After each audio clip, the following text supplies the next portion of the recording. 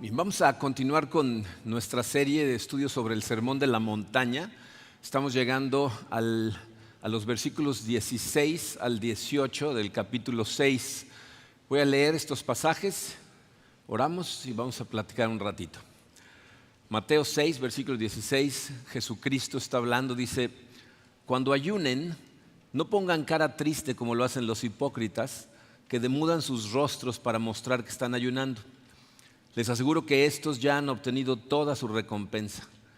Pero tú, cuando ayunes, perfúmate la cabeza y lávate la cara, para que no sea evidente ante los demás que estás ayunando, sino solo ante tu Padre que está en lo secreto.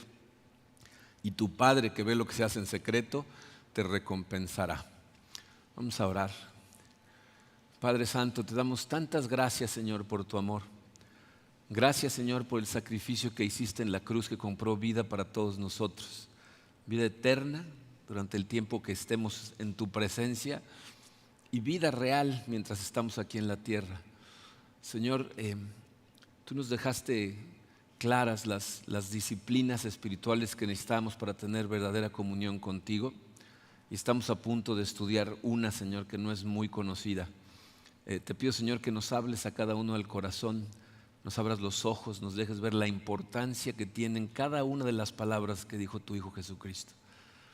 Nos ponemos en tus manos, Señor, en su poderoso nombre. Amén. Miren, déjenme empezar haciéndoles una pregunta. No necesitas alzar la mano ni contestarme en voz alta, es más bien para que lo analices en tu mente. ¿A ti verdaderamente te gustaría tener una comunión con Dios tan profunda que cuando estuvieras en oración escucharas su voz, cuando lo necesitaras recibieras dirección de Él, cuando tuvieras miedo de cierta circunstancia, fuera real la protección que sientes por parte de Dios, cuando de repente hay escasez, puedas ver su provisión? O sea, si verdaderamente tienes interés en tener ese tipo de comunión, lo que la Biblia nos enseña es que la manera de conectar con Dios es a través de disciplinas espirituales. Y esta de la que estamos hablando el día de hoy es una disciplina espiritual que es una de las menos conocidas, entendidas y utilizadas por los cristianos, por los que nos decimos hijos de Jesucristo. Y creo que es una disciplina espiritual poco utilizada, particularmente en nuestra cultura hispana, por dos razones. Una, porque somos la herencia cultural de la Iglesia Católica. Y la Iglesia Católica durante muchos años predicó un extremismo de mortificación del cuerpo, que después el péndulo se fue en el lado opuesto y entonces llegamos al punto de cero mortificación del cuerpo y simplemente disfrutar de los regalos de Dios. Pero hay otra razón. Vivimos ahorita en una sociedad que lo que más predica es que nosotros podemos y tenemos el derecho a satisfacer nuestros apetitos corporales cuando queramos, con quien queramos, de la manera en que queramos. Yo decido lo que está bien y no Dios. Y esto es una pena porque, como vamos a ver el día de hoy, el ayuno es una disciplina espiritual que en compañía de otras disciplinas espirituales es lo que realmente profundiza la relación de una persona, hace real la relación de una persona con Dios. Entonces, no es muy conocida y por eso tenemos que ver varias cosas del día de hoy. El número 1 en su programa empieza con una pregunta, dice: ¿es el ayuno un mandamiento? Creo que la pregunta la podía haber hecho diferente y preguntar: ¿sigue siendo el ayuno un mandamiento? Porque, como vamos a ver más adelante, en el Antiguo Testamento el ayuno es un mandamiento.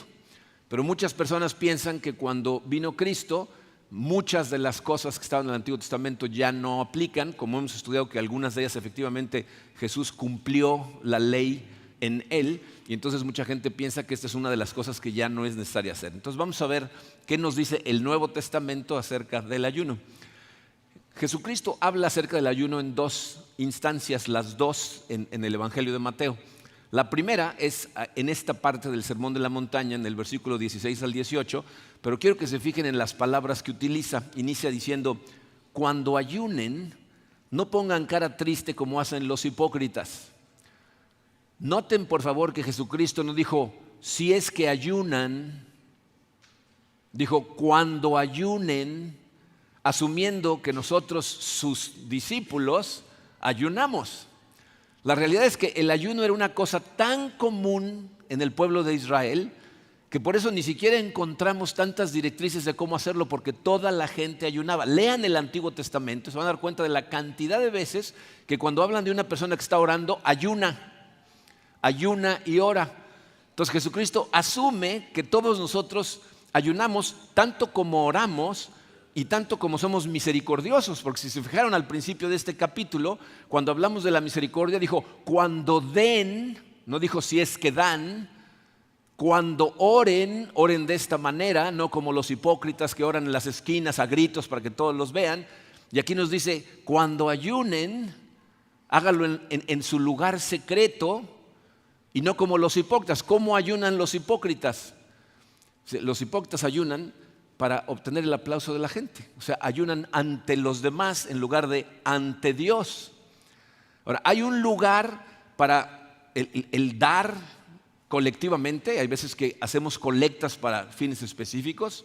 Oramos como familia en Cristo, nos reunimos periódicamente y oramos como iglesia. Llamamos a ayunos de la iglesia, es un ayuno colectivo. Pero aquí lo que Jesucristo nos está diciendo es, tu relación personal con Dios tiene que ser en tu corazón. No es nada más lo que venimos a hacer colectivamente, sino necesitas tener esa comunión directa tú con Él. Y lo interesante es que dice, los hipócritas ya obtuvieron toda su recompensa. O sea, si lo que querías era el aplauso de la gente, ya te lo ganaste, felicidades, eso es todo lo que vas a recibir. Pero ¿cuál es el otro lado de esa moneda? Dice, pero si lo haces correctamente, hay recompensas en el cielo para la gente que da, ora y ayuna correctamente. La segunda instancia en la que habla de estas cosas, Mateo 9, pero un poquito más adelante, Mateo, pero en el capítulo 9, que está un poquito más adelante del 6 que estamos estudiando, les voy a explicar el contexto porque esto nos muestra cómo aún entre los discípulos de Cristo había dos grupos. Recuerden que cuando Juan el Bautista le dice a sus seguidores, ese es el Cordero de Dios, aquí tienen al Cordero de Dios, muchos de sus propios seguidores empiezan a seguir a Jesús. Y evidentemente esos seguidores de Juan ayunaban. Y entonces los fariseos van y los confrontan y dicen, ¿por qué ustedes ayunan y nosotros ayunamos, pero los discípulos de Jesús no? Y entonces esos mismos discípulos van con Jesús y le dicen, ¿por qué los fariseos y nosotros ayunamos, pero tus discípulos no? Y fíjense las palabras que les contesta Jesucristo, Mateo 9:15. ¿Acaso pueden estar de luto los invitados del novio mientras él está con ellos? Llegará el día en que se les quitará el novio, entonces sí ayunarán. Aunque hay diferencia de opiniones en lo que significa ese versículo, la mayor parte de los teólogos y comentaristas están de acuerdo en que tú y yo estamos en la era en la que sus discípulos deberíamos de ayunar porque ya nos quitaron al novio. El novio no está con nosotros en este momento. ¿Okay? Entonces, la conclusión es, debemos ayunar, debemos querer ayunar, pero tenemos que hacerlo correctamente. Entonces vamos a analizar varios versículos en la Biblia para que nos ayuden a entender qué es el ayuno, para qué sirve, cómo se lleva a cabo. ¿Okay? Y al final vamos a hacer algunas conclusiones. Número 2, Romano dice, el ayuno en la Biblia. Miren, el único lugar en donde hay un mandamiento de ayunar se encuentra en el libro de Levítico, en el Antiguo Testamento. Levítico significa ley, es el libro de la ley. ¿Okay? Levítico 16, versículos 29 al 31 dice así, este será para ustedes un estatuto perpetuo. ¿Qué significa perpetuo? Para siempre, ¿no? Tanto para el nativo como para el extranjero que vive entre ustedes, es decir, todo mundo. ¿Okay? El día 10 del mes séptimo ayunarán y se humillarán. Esas dos palabras son muy interesantes, ahorita vamos a regresar. Ayunarán y se humillarán y no realizarán ningún tipo de trabajo. Ese día se hará expiación por ustedes y así delante del Señor quedarán limpios de todos sus pecados. Ese día será para ustedes un día de reposo y de ayuno, es un estatuto perpetuo. Miren, ¿cuál es el contexto de este mandamiento? Aquí estamos hablando del día de la expiación. Es el día en que se hacían sacrificios para el perdón de los pecados del pueblo de Israel, lo cual es una sombra del trabajo redentor que iba a hacer Jesucristo en la cruz.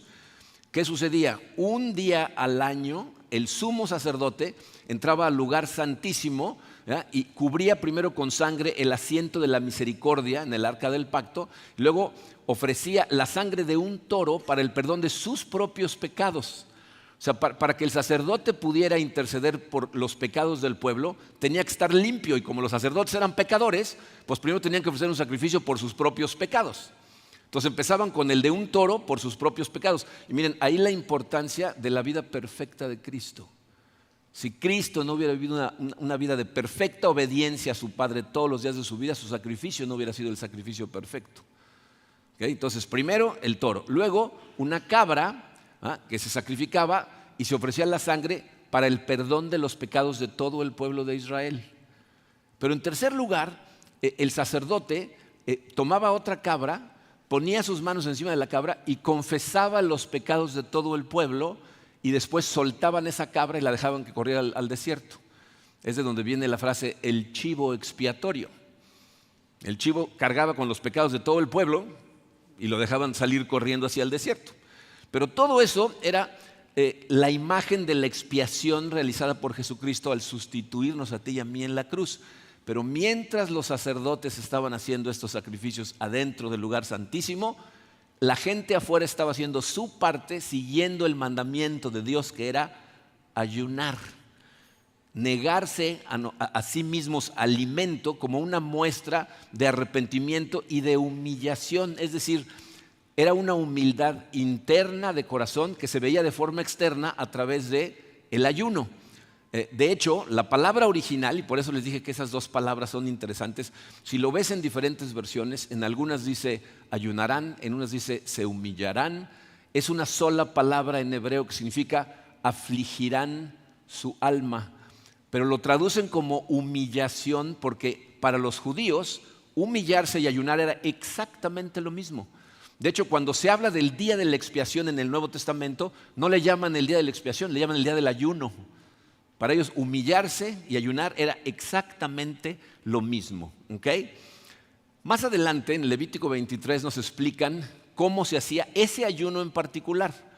Y la ley decía, de la tarde de un día a la tarde del siguiente día. Era un ayuno de 24 horas en donde la gente desayunaba, comía, no cenaban, no desayunaban, no comían y rompían el ayuno en la cena. Entonces, un ayuno de 24 horas.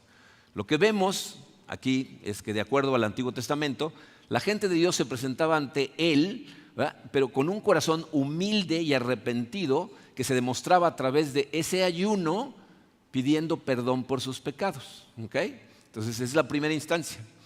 Luego tenemos otro que está en el libro de Esdras, capítulo 8. Les voy a dar un poquito de contexto para que entiendan qué está pasando aquí. Recuerdan que Nabucodonosor se llevó exiliados a muchos judíos a Babilonia y después, 70 años después, el imperio medo-persa invade Babilonia, toman Babilonia y entonces los reyes ahora son medo-persas. El primero de esos reyes, el rey Ciro, libera al pueblo de Israel para que se regresen a Jerusalén. Pero muchos judíos se quedan y algunos de ellos siguen por generaciones trabajando para los diferentes reyes medo-persas. Esdras era un sacerdote judío que trabajaba para un rey que se llamaba Artajerjes, rey medo-persa, y le pide permiso a este rey para regresar a Jerusalén y reconstruir la ciudad. Y este rey accede a enviarlo de regreso, pero no nomás lo deja ir, le da mucho dinero, le da recursos para que pueda regresar y reconstruir la ciudad de Jerusalén. Entonces Esdras, el camino es largo desde Babilonia hasta Jerusalén y es un camino muy peligroso. Y vamos a ver lo que hace Esdras para pedirle protección a Dios, pero vamos a ver, muy interesante, por qué lo hace. Les puse Esdras 8:21, pero les voy a leer hasta el 23. 22 y 23 van a pasar en la pantalla, fíjense cómo dice. Dice, luego, estando cerca del río Ahava, proclamé un ayuno para que nos humilláramos ante nuestro Dios y le pidiéramos que nos acompañara durante el camino a nosotros, a nuestros hijos y nuestras posesiones. Versículo 22. En realidad, sentí vergüenza de pedirle al rey que nos enviara un pelotón de caballería para que nos protegiera de los enemigos, ya que le habíamos dicho al rey que la mano de Dios protege a todos los que confían en él, pero que Dios descarga su poder y su ira contra quienes lo abandonan. Así que ayunamos y oramos a nuestro Dios pidiéndole su protección y él nos escuchó. Primero, escuchen el lenguaje otra vez para que nos humillemos ayunando ante nuestro Dios. Es una humildad de corazón. Pero aquí la razón por la que llama al ayuno es porque Esdras se encuentra en la posición donde tiene que demostrar que cree en lo que predica. Porque le acaba de decir al rey, Dios protege a los suyos. Y le dice, bueno, vete a Jerusalén. Y yo dije, ok. Y en vez de pedirle ayuda al rey medo-persa, le pide ayuda al Dios del universo. Ayunan, se humillan, le piden protección y Dios los protege. Entonces, un ayuno pidiéndole protección. ¿Okay? El siguiente versículo se encuentra en el libro de Esther, también del Antiguo Testamento. Esther es un libro bastante conocido, me imagino que muchos de ustedes lo conocen. Esther se encuentra en una situación muy peculiar porque por situaciones que pasan al principio del libro, termina siendo la esposa del rey Asuero, que es otro rey del imperio medo-persa, un rey muy poderoso, reina sobre 127 provincias.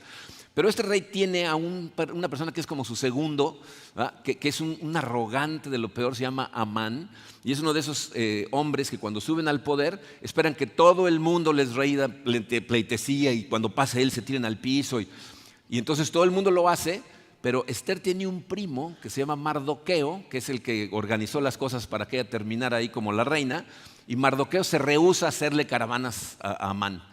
Entonces la gente alrededor de Amán le dicen, ¿ya viste que este judío no se quiere inclinar ante ti?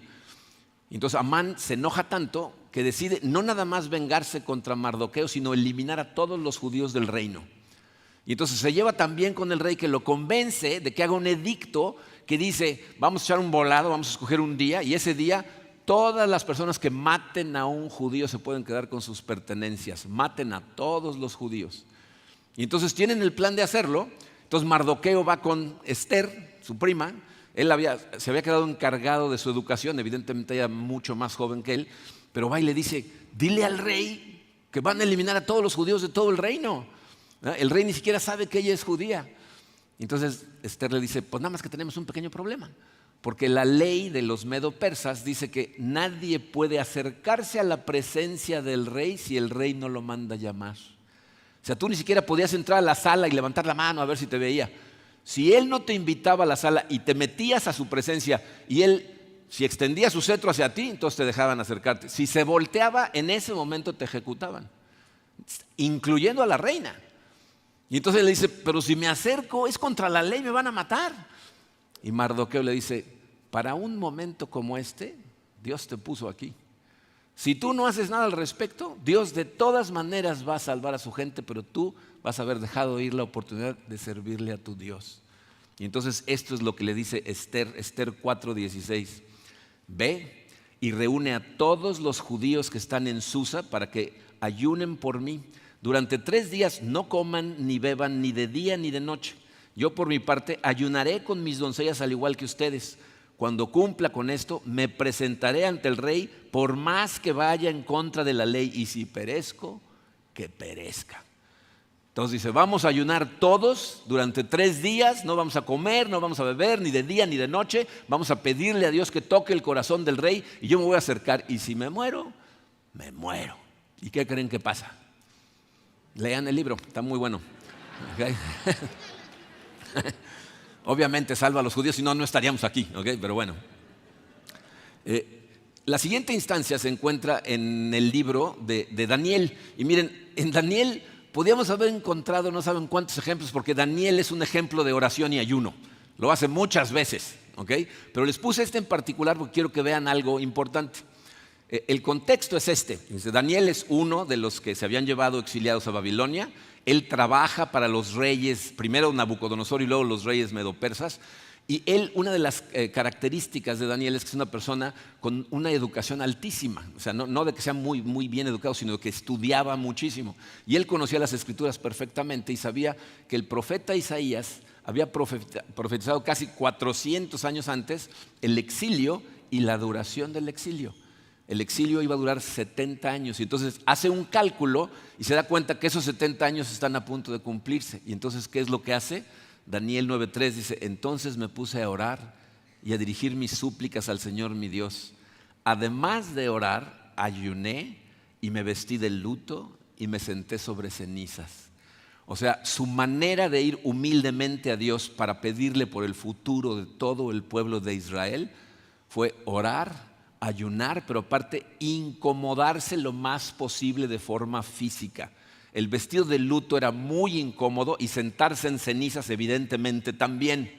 ¿Okay? Entonces, dice, aunque no nos dice en este caso cuánto tiempo ayunó Daniel, no, ahí no nos indican la duración, simplemente que se niega a sí mismo, no nada más comida, sino ropa cómoda, ropa elegante, comodidades, ¿no? Se incomoda físicamente.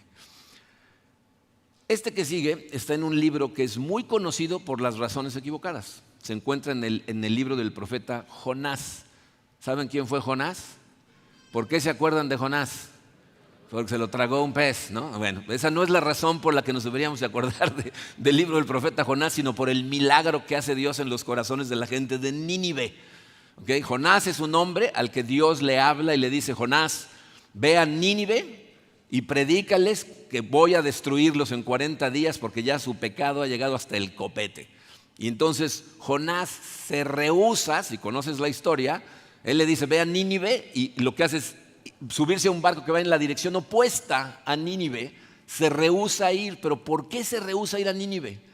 Mucha gente asume que la razón por la que no quiere ir es porque le da miedo. O sea, Nínive era la capital de Asiria y los asirios son el imperio que invadió los 10 reinos del norte de Israel, destrozó totalmente a todas las tribus, se llevó a algunos vivos de regreso a Nínive y a los prisioneros de guerra les pelaban la piel, los colgaban vivos en el muro de la ciudad hasta que murieran ahí colgados.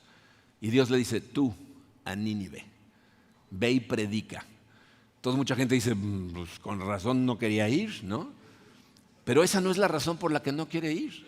Él mismo en el libro le dice, no quiero ir porque ya te conozco. Ya sé que eres un Dios misericordioso y si se arrepienten, los vas a perdonar y no quiero que los perdones. Ese es un mensaje clarito para ti y para mí.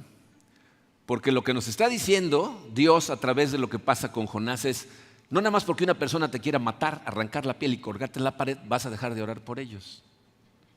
Ya no está tan fácil, ¿verdad? Eso es lo que Dios espera de nosotros, que amemos a los que nos persiguen, que bendigamos a la gente que se comporta como un enemigo, porque el enemigo no es la gente, es el espíritu que manipula a la gente. Pero bueno, se rehúsa, ¿verdad? No quiere ir, y es una cosa muy irónica, porque piensen en esto, ¿cómo sabe Jonás que Dios es un Dios misericordioso? ¿Cómo sabe? Pues porque le tuvo misericordia a él. Lo que nos está diciendo Dios ahí, Jonás y la gente de Nínive son iguales. Tú y yo somos exactamente iguales a la gente que está allá afuera que no conoce a Cristo. Todos somos pecadores. La única diferencia es que tú y yo fuimos salvados por la sangre de Cristo cuando pusimos nuestra fe en Él. Pero somos exactamente iguales que todos los demás. Se rehúsa y entonces viene lo que todo el mundo conoce, ¿verdad? Una tormenta, lo avientan al agua, se lo traga el pez. Y al tercer día Jonás se acuerda de Dios en la panza del pez. El pez va y lo vomita en la playa. Y ahí va Jonás todo vomitado al Nínive a predicar, ¿no? Y les predica. ¿Y qué sucede en Nínive? Jonás capítulo 3 versículo 5. Los ninivitas le creyeron a Dios, proclamaron ayuno y desde el mayor hasta el menor se vistieron de luto en señal de arrepentimiento. O sea, Jonás les predica y el rey en Nínive declara un ayuno que es muy simpático porque toda la gente tiene que ayunar, pero también todos los animales. O sea, le dejan de dar de comer a las gallinas, a las vacas, todo el mundo ayuna, incluso los animales. Pero se arrepienten de todo corazón y Dios ¿qué hace? Los perdona. Entonces es un ayuno en arrepentimiento para pedirle perdón a Dios por sus pecados. Vamos a ver rápidamente dos en el Nuevo Testamento. Después de que Esteban es martirizado en Jerusalén, es el primer mártir cristiano en la historia. La iglesia se dispersa. Los discípulos de Cristo no habían entendido el mensaje de Cristo. Les dijo, vayan y hagan discípulos de todas las naciones, y se quedan en Jerusalén hasta que empieza la persecución y todos salen corriendo para todos lados. Y en donde ponen su cuartel general es una ciudad que se llama Antioquía. En Antioquía están todos los discípulos, ¿va? Y están ahí en oración pidiendo dirección para ver qué van a hacer. Y fíjense lo que sucede, Hechos 13, versículos 2 y 3. Mientras participaban en el culto al Señor y ayunaban, el Espíritu Santo dijo, apártenme ahora a Bernabé y a Saulo para el trabajo al que los he llamado. Así que después de ayunar, orar e imponerles las manos, los despidieron. Están pidiendo dirección y el Espíritu Santo, después de su oración y de su ayuno, les da dirección y manda a Pablo y a Bernabé a hacer el primer viaje misionero para plantar iglesias por todo Asia Menor. Y conforme van plantando esas iglesias, fíjense lo que sucede. Hechos 14, 23. En cada iglesia nombraron ancianos, eso significa líderes para la iglesia, y con oración y ayuno los encomendaron al Señor en quien habían creído. O sea, aquí vemos a la iglesia de Cristo pidiendo la guía del Señor en asuntos de alta importancia. La gente a la que van a mandar, la palabra apóstol significa literalmente enviado. Entonces ahí va un apóstol, ¿va? Vamos a plantar iglesias y luego vamos a pedir dirección a Dios y a pedirle que esté con la gente a la que estamos dejando encargada, dirección y ayuda. Ahora, con todos esos versículos que acabamos de estudiar, podemos sacar varias conclusiones acerca del ayuno, que es lo que me interesa que se lleven claramente en su cabeza. Son 6 puntos rápidamente. Número 1, el ayuno es una disciplina espiritual de la gente de Dios buscando a Dios. El ayuno es una disciplina espiritual y el objetivo de las disciplinas espirituales es buscar a Dios. En este caso es buscar a Dios en oración. En otras palabras, este no es un ritual vacío, no es algo que hacemos mecánicamente una vez a la semana nada más porque sí. ¿Okay? El objetivo es buscar a Dios. Si tú no estás buscando a Dios mientras ayunas, esto no tiene ningún valor espiritual. Tiene valores para otras cosas. Hay gente que ayuna intermitentemente como dieta. Hay gente que hace ayunos para purificar su cuerpo. ¿Funciona? Funciona. Pero si quieres que tenga valor espiritual, tu objetivo debe ser estar en la búsqueda de Dios durante tu ayuno. ¿Okay? Número 2, ayunamos con fe en la persona, trabajo y promesas de Jesucristo. ¿Okay? Muchas personas se preguntan en qué tenían puesta su fe las personas del Antiguo Testamento. Tenían su fe puesta en la promesa que Dios hizo de que iba a mandar a un Mesías que los iba a redimir. Esa era la fe puesta en Cristo antes de que Cristo llegara. Y nosotros que estamos de este lado de la cruz, tenemos nuestra fe puesta en el sacrificio que ya hizo. ¿Okay? Entonces, como el ayuno es una disciplina espiritual, tiene que ser forzosamente propulsada por la fe, porque si no tienes fe, no sirve de nada. Hebreos 11:6, no está en su programa, lo pueden leer en la pantalla, ahí les puse el versículo. Dice, en realidad, sin fe es imposible agradar a Dios, ya que cualquiera que se acerca a Dios tiene que creer que Él existe y que recompensa a quienes lo buscan. Entonces, cualquier persona que esté tratando de encontrar a Dios tiene que tener fe en que Él existe y recompensa a los que le buscan. Entonces, el ayuno tiene que ser hecho con fe. ¿Okay? Número 3, el ayuno es una expresión de humildad ante Dios. O sea, la manera de acercarnos a Él es reconociendo quién es Dios. O sea, tener en tu corazón claro que Él es el Rey del universo, el creador del cielo y de la tierra, el que dicta las cosas como son. ¿Y cuál es nuestra posición ante Él? Él tiene el derecho para dictar lo que Él quiera y nosotros no tenemos ningún derecho a reclamar. Y por eso vamos humildemente ante Él. El ayuno, como ya lo dije anteriormente, es una expresión externa de la humildad interna en nuestro corazón. Y miren, lo interesante de esto es que cuando tú te niegas esas cosas que tanto disfrutas, eso te ayuda a alcanzar un estado más profundo de humildad en tu corazón. O sea, es un ciclo que se retroalimenta. Cuando tratas de buscarlo a Él en humildad y nada más oración, no es tan profunda tu humildad como cuando vas sin comer, negándote de ciertas cosas. En otras palabras, el ayuno y la humildad no se pueden separar.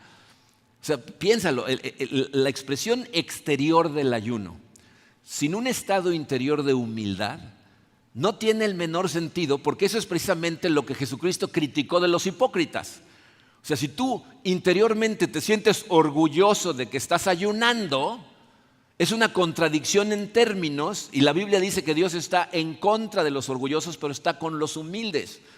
Entonces, cuando tú vas humillándote ante tu Dios para pedirle lo que sea que le estés pidiendo en ese momento, y estás ayunando al mismo tiempo, el ayuno te ayuda a tener una humildad más profunda. Pero no puede ser separada la humildad del ayuno. Número 4, el ayuno nos recuerda que dependemos totalmente de Dios. Miren, cuando ayunamos nos estamos recordando a nosotros mismos que esas cosas de las que nos estamos negando vienen de Dios. Reconocemos que el que provee esas cosas es Él. Y entonces dependemos no solo de su provisión de cosas materiales, sino de su misericordia, de su gracia. Miren, esto es algo que necesitamos desesperadamente en nuestra cultura occidental, porque en nuestra cultura la riqueza, la prosperidad, la comodidad reinan en el corazón de la gente. Y nosotros como cristianos no nos damos cuenta cómo se meten esas ideas en nuestros corazones. Y pensamos que estamos siendo humildes y que queremos es a Dios cuando en realidad estamos persiguiendo cosas y comodidades. Entonces, negarte esas comodidades te recuerda que el que provee todo eso es Él. Dependemos de sus bendiciones en todo momento. De hecho, la Biblia nos dice que tu siguiente aliento depende de Cristo.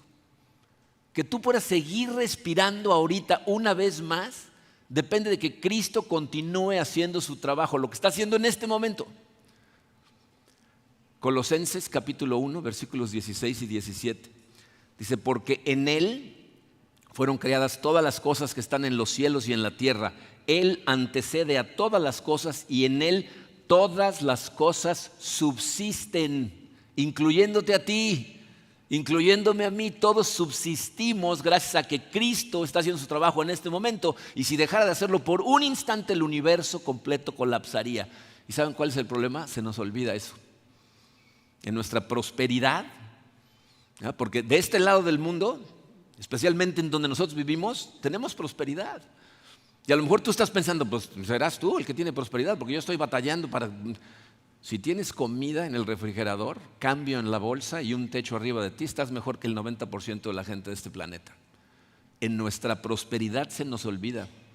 En nuestra fortaleza y capacidad para producir se nos olvida. Nos sentimos autosuficientes. Y por eso el ayuno nos ayuda a recordar que dependemos de Dios en todo el tiempo.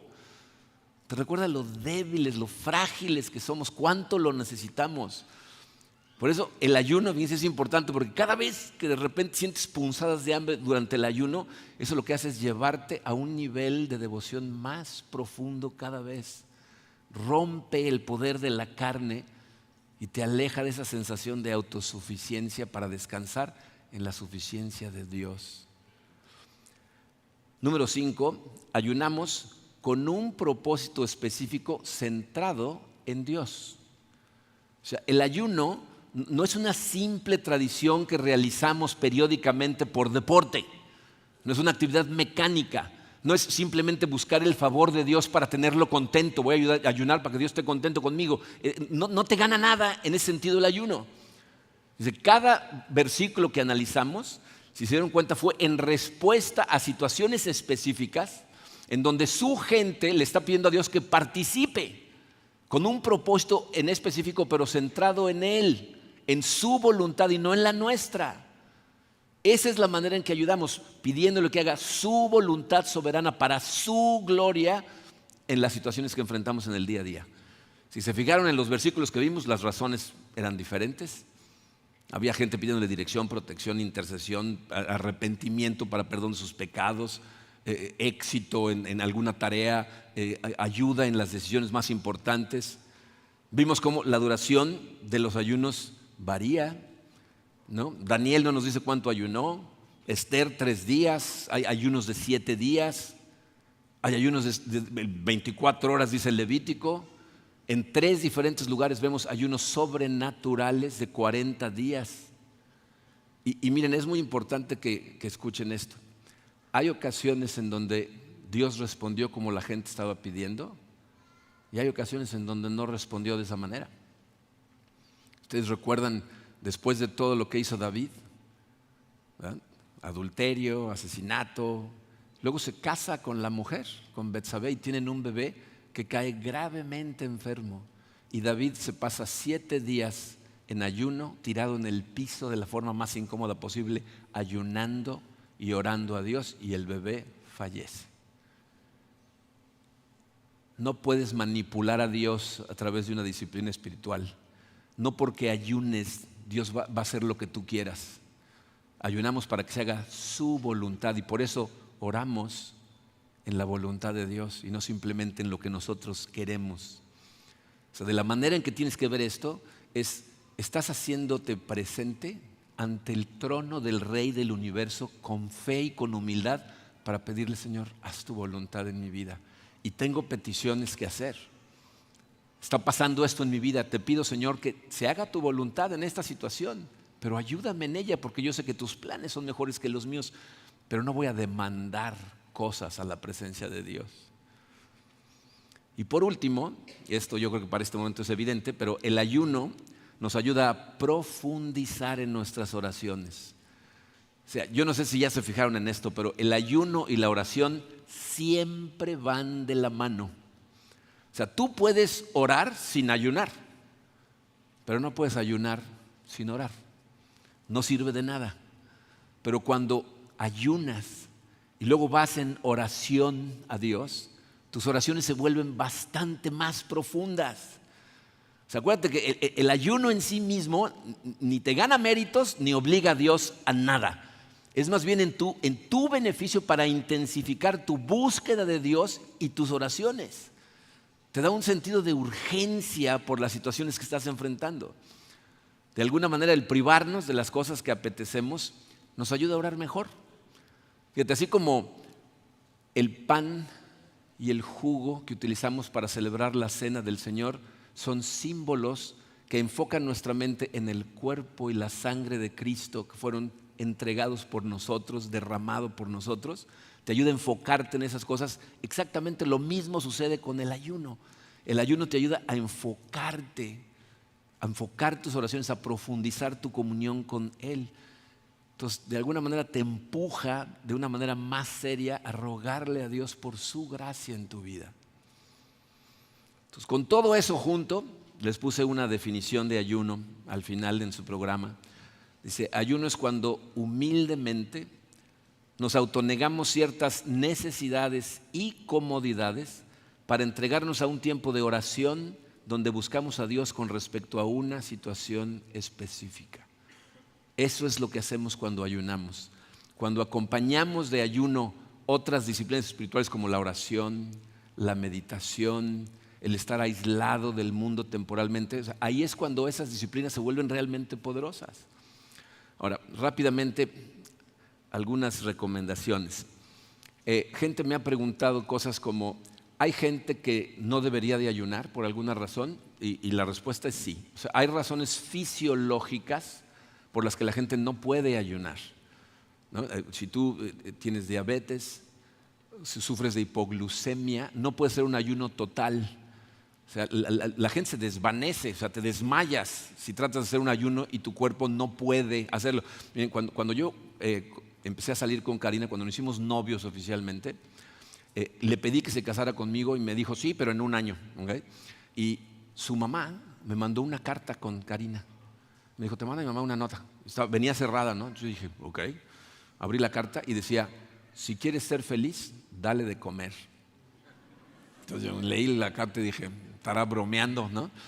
No, Karina es hipoglucémica y no sabía. Si Karina no come durante cierto periodo de tiempo después de su hora de comer, su carácter se transforma, se convierte en pantera y de repente está de un humor que ella misma no entiende. Yo: una galleta. Y transformación literal. Pregúntenle cuando la vean. Pero ella no puede ayunar al 100%. De hecho, ella se desmaya si trata de ayunar al 100%. Hay razones psicológicas por las que la gente no puede ayunar. Si tú eres una persona que sufre de anorexia o de depresión clínica, el ayuno al 100% es peligrosísimo para ti. Ahora, tienes que ser honesto contigo mismo, porque si tú, por ejemplo, decides hacer un ayuno de 2 días, después de 2 comidas que no hagas, vas a empezar a sentir punzadas en el estómago, porque tu cuerpo está haciendo procesos de purificación durante el ayuno. Pero si a la primera punzada tú dices, yo soy uno de los que no puede, ¿no? Nunca vas a ayunar. O sea, la gente que no puede, realmente. O sea, tiene efectos fisiológicos drásticos. Si tú te empiezas a sentir radicalmente mal o tu humor cambia de manera que te conviertes en un peligro para ti o para otra persona, deja de ayunar. Haz ayunos parciales, no totales. También recuerda que los ayunos no son necesariamente de comida. Vimos a personajes de la Biblia que se privaban de otras cosas y tú puedes hacer lo mismo. Piensen en actividades que son hábitos tan arraigados en ti que si dejaras de hacerlos por un día, lo sentirías, ¿no? Si te tomas 6, 7, 8 cafés al día, pasa un día sin café. Y todos los que hicieron la cara de decir, ese es el tuyo. ¿Okay? Pasa un día sin café. La gente que se la pasa pegada a los medios sociales, ¿no? 24 horas. Limpia tu cerebro de porquerías por 24 horas y dedícalo. Acuérdense, el objetivo es la búsqueda de Dios con objetivos específicos. No es nada más decir, hoy no voy a ver el teléfono y estar sufriendo todo el... No. Cada vez que tengas ganas de ver el teléfono, híncate a orar. Busca al Señor. Pídele dirección, pídele lo que sea que estés buscando. Si nunca has hecho un ayuno de comida, te recomiendo que empieces con poco y vayas incrementando. Puedes hacer un ayuno de una comida. Desayuna, leve, no comas. Y luego cenas tarde, leve. Y escuchen lo que dije, porque la gente se engaña a sí misma y dice, voy a ayunar hoy, entonces voy a desayunar 8 kilos de cochinita. No necesitas ayunar, ¿no? Entonces, desayuna leve, no comas. Puedes tomar líquidos, ¿no? Casi todos los ayunos largos van acompañados de líquidos, agua, jugos, pero no sólidos. Después intenta un día, ¿no? Puedes hacerlo como lo prescribe Levítico, ¿no? O sea, desayuna y come y luego no cenes, no desayunes, no comas y luego vuelves a cenar. O puedes hacerlo un día completo. ¿Se han fijado cómo se llama nuestra primera comida? Desayunar. O sea, no desayunes, ¿no? Empieza tu día, tómate un jugo, toma líquidos y todo el día, pero dedica el día a la búsqueda de Dios. Cuando empiezas a darte cuenta de que no pasa nada y que al revés, cuando empiezan a ver la profundidad de sus oraciones, la manera en la que Dios se hace presente en nuestras vidas, cuando realmente utilizamos las disciplinas espirituales correctamente, vas a querer hacerlo por más tiempo. Intenta 3 días. 7 días los puedes hacer, lo creas o no, sin problema. Hay gente, yo nunca he hecho uno de 40 días, confieso, ¿no? Si quieres intentarlo, las personas que conozco lo han intentado dicen que han tenido unos resultados espectaculares. Pero inténtalo. Miren, la realidad de las cosas es que no vas a saber lo que el ayuno puede hacer en tu vida espiritual si no lo intentas. No tienes idea de lo que va a pasar. Entonces, fíjense, les voy a lanzar un reto. Estamos a 6 semanas del domingo de Pascua. Ayuna un día a la semana de aquí a Pascua. Son 6 semanas. Un día. Tú escoge tarde a tarde, todo el día, puros líquidos, alguna cosa a la que estás adicto totalmente, todo un día. Busca a Dios con un objetivo específico. Y vamos a ver qué hace Dios en tu vida. ¿Quieres ver actuar a Dios? Confía en Él. Búscalo sinceramente y utiliza disciplinas espirituales combinadas. Para eso las diseñó Dios. Vamos a ver qué hace Dios. Vamos a orar. Padre, Señor, te damos tantas gracias por tu palabra, por las enseñanzas de tu Hijo Jesucristo. Sabemos, Señor, que cada una de sus palabras son la verdad, porque Él mismo es la verdad.